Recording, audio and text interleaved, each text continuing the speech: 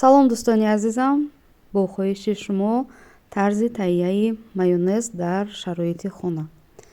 беҳтар аст майонезро дар ҳамон зарфе ки нигоҳ медорем дар ҳамон зарф тайёр кунем. Ин бисёр осон мекунад корро.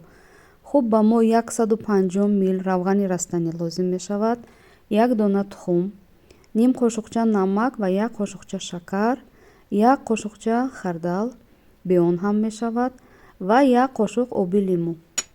ва қисмати акнун муҳимаш он аст ки тухм бояд дар зери чархи блендер истад ва тақрибан 30-40 сония дастамонро наҷунбонда то анами сафед шудани тухм онро махлут мекунем ва баъде ки анами хел сафед шудан гирифт, онро пурра омехта кардан аллакай мумкин аст ва ҳамагӣ 2 дақиқа бо блендер махлут мекунем ва майонези мо омода шудааст. майонези хеле хушмазза ва аз мағозагӣ маззааш беҳтар асту бад нест. пеш аз истифода беҳтар аст майонезро ним соат дар яхчол гузорем ва баъдан истифода кунем.